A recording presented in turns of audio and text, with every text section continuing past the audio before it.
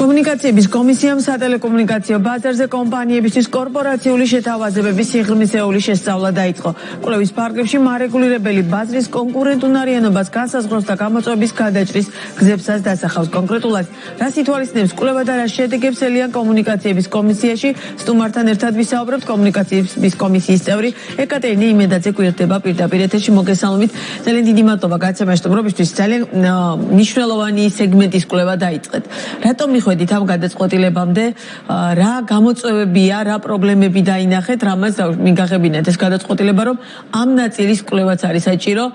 იმიტომ რომ მე ბევრი ასეთი შემთხვევა ვიცი, ყოველ დღეს საუბრების დონეზე, როდესაც ძალიან უკმაყოფილოები არიან ხოლმე ამათ კორპორატიული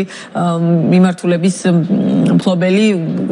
კონკრეტული დავუშვათ მოხელეები ან იგივე ბიზნეს სექტორის წარმომადგენლები და რეალურად რა ინფორმაციას ფლობს მარეგულირებელი ამ მიმართულებით, რომ დავუშვათ ეს გადაწყვეტილება გახდა საჭირო. მოგესალმებით მაია, მივესალმები თქვენს მაყურებელს, ძალიან დიდი მადლობა მოწვევისთვის. ჩვენ კვლავ აქტუალური თემით ვართ დღეს წარმოდგენილი.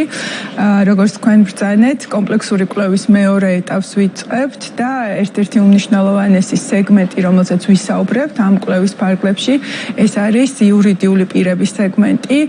ბაზრის რეგულირების ენაზე ამას ქვია გამოყოფილი არხებით მომსახურება, მაღალი, ასე ვთქვათ, გამტარობის არხებით მომსახურება, ეს არის უმნიშვნელოვანესი ბაზარი. პირველ რიგში მინდა ვთქვა, რომ იმ 18 ბაზრიდან, რომელიც ევროკავშირმა დასაწყისში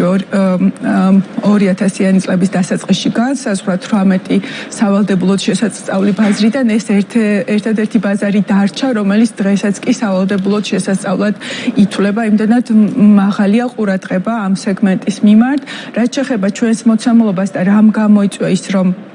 კომისიისთვის მეორე ეტაპზე ეს ბაზარი ერთ-ერთი შესწავლის საგანი გახდა. კომისია წლებია ზოგადად აკვირდება, რა თქმა უნდა, ფიზიკური პირი მომხმარებელთან, აბონენტებთან ერთად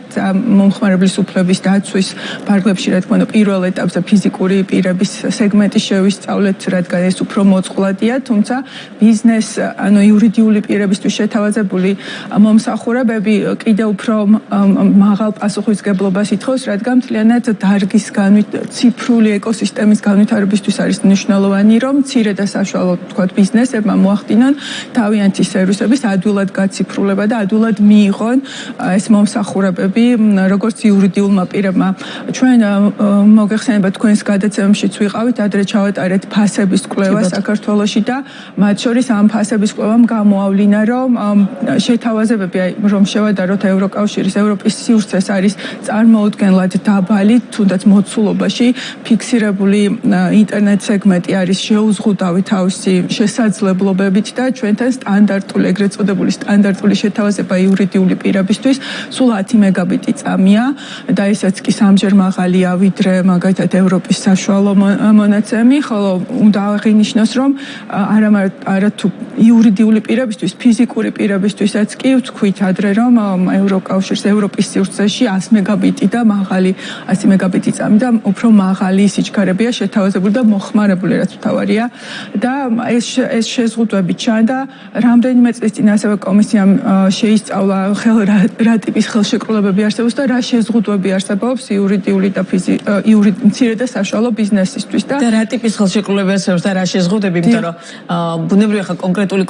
ყველა კომპანიასთან ესა თუ ის სატელეკომუნიკაციო კომპანია ინდივიდუალურად დებს ხელშეკრულებას და განსხვავებულ პირობებს თავაზობს, იმის მიხედვით მას რა აწყობს, ხო, მაგრამ ზოგადად მთლიანობაში დავუშვათ რა ტიპის ხელშეკრულებებია და აი რა ძირითადია, მაგალითად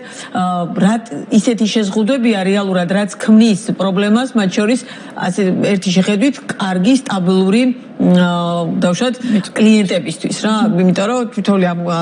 ამ სატელეკომუნიკაციო ბაზრის მოთამაშისთვის ეს კომპანიები ძალიან მნიშვნელოვანია ფინანსური კუთხით, იმიტომ რომ ისინი არიან სტაბილურად დიდი კომპანიები, ძალიან ბევრი ასეთი კომპანია, რომელიც კორპორატიულ ნაწილს იყენებს აქტიურად, ხო? კი ბატონო,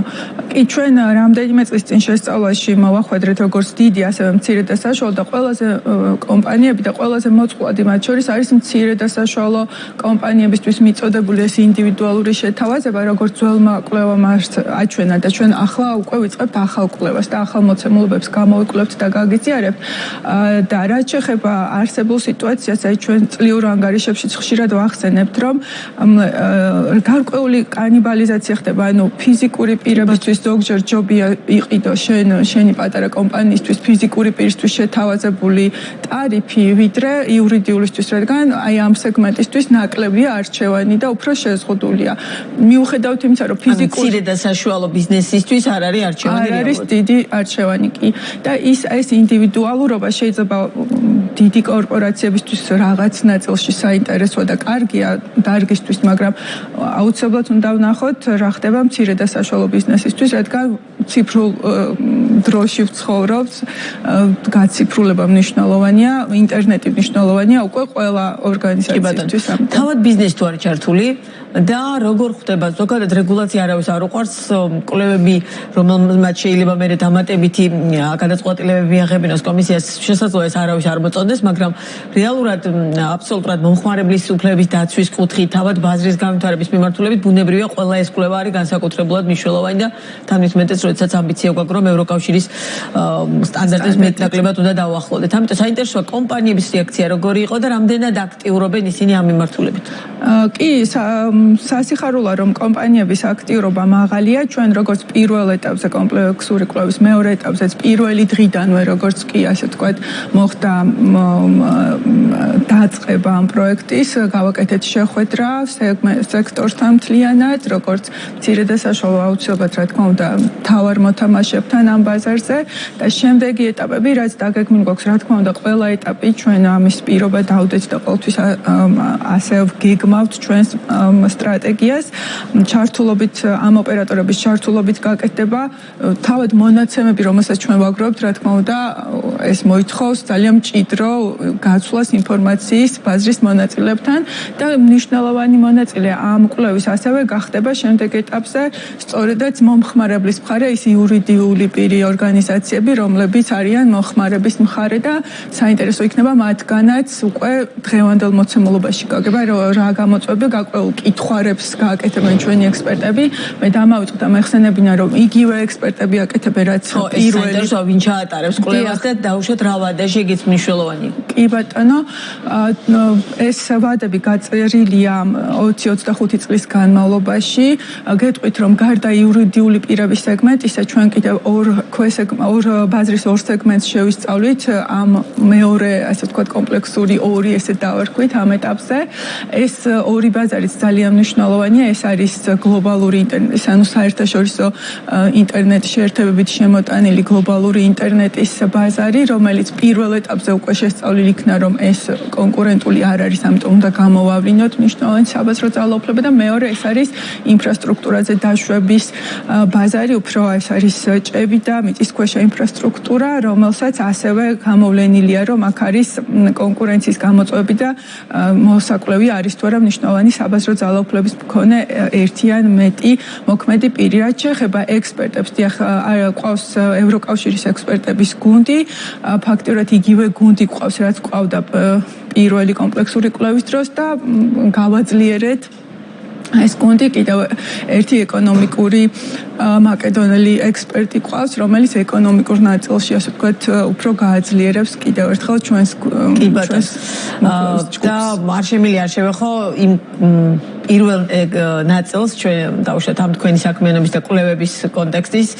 რომელმაც უკვე შედეგი მოიტანა, რომ ჩვენ გვყავს ამ კვლევის საფუძველზე გასულ წელს ერთ-ერთი ოპერატორი, მნიშვნელოვანი ძალაუფლების მქონე ოპერატორად არის დასახელებული და მას მოუწევს დავუშვათ სხვა კომპანიების დაშვება მის ქსელზე და შემდგომ მთელი ეს კომპლექსი. როგორ რეალურად შედეგი ერთია გამოვლენა, მეორე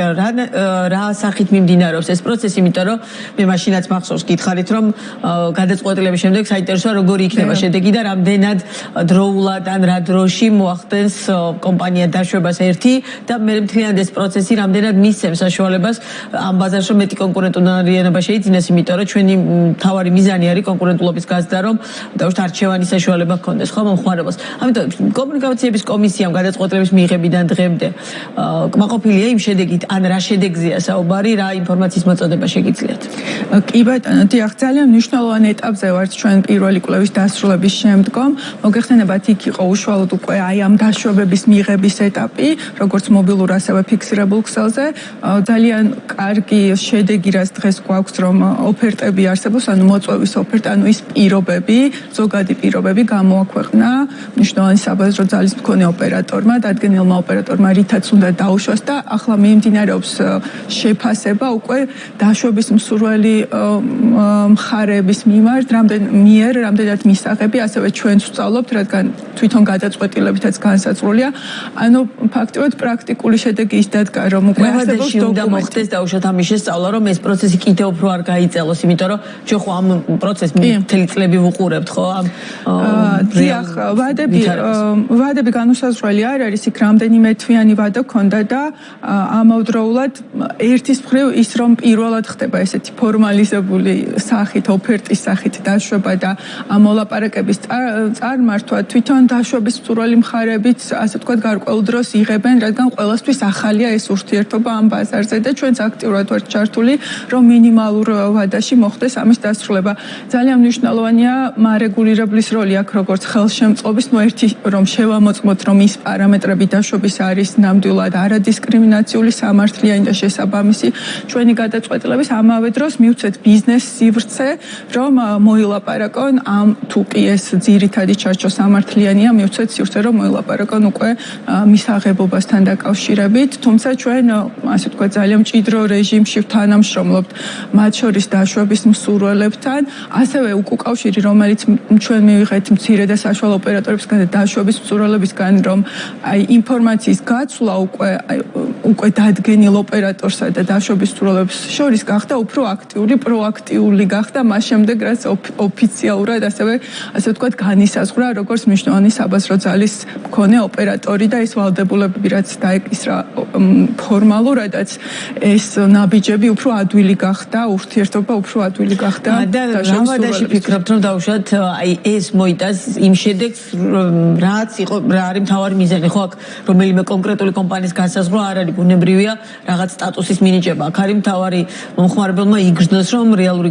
გაზრდილი კონკურენციის პირობებში ეს ყველაფერი აისახა სიჩქარეზე, ტარიფზე და ინტერნეტის ხარისხზე და შემდგომ ყველაფერზე, ხო? აი ამ კონკრეტულ შედეგებს როდის